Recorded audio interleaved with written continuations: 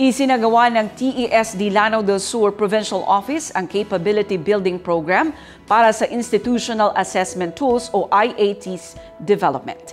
Ang PPP story mula kay Geneza Garcia.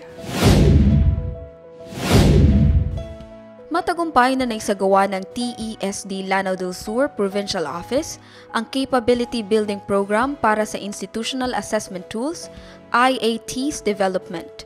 Isinagawa ito at 17 ng Abril 2025 sa Barangay Amito, Marantao, Marawi City.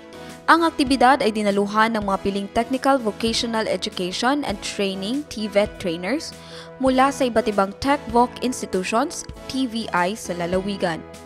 Layunin ng programa na mapalakas ang kanilang kakayahan sa pagbuo, pagsusuri at pagpapatupad ng mga institutional assessment tools alinsunod sa mga pamantayan ng MBHTE TESD BARM.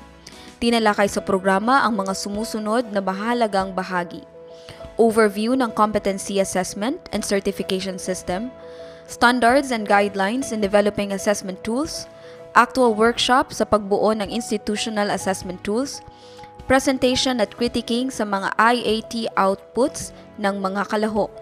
Pinangunahan ang pagsasanay ng mga eksperto mula sa MBHTE TESD Lanao del Sur, katuwang ang TESD Certified Trainers na may malawak na karanasan sa assessment development. Binigyang diin din ang kahalagahan ng quality assurance at alignment ng mga IATs sa training regulation, TRs, ng bawat qualification. Ang ganitong programa ay bahagi ng mas pinaigting na kampanya ng MBHTE TESD upang matiyak na walang bangsamoro learner ang maiiwan sa pag-abot ng dekalidad na kasanayan at sertipikasyon. Geneza Garcia, iMinds, Philippines.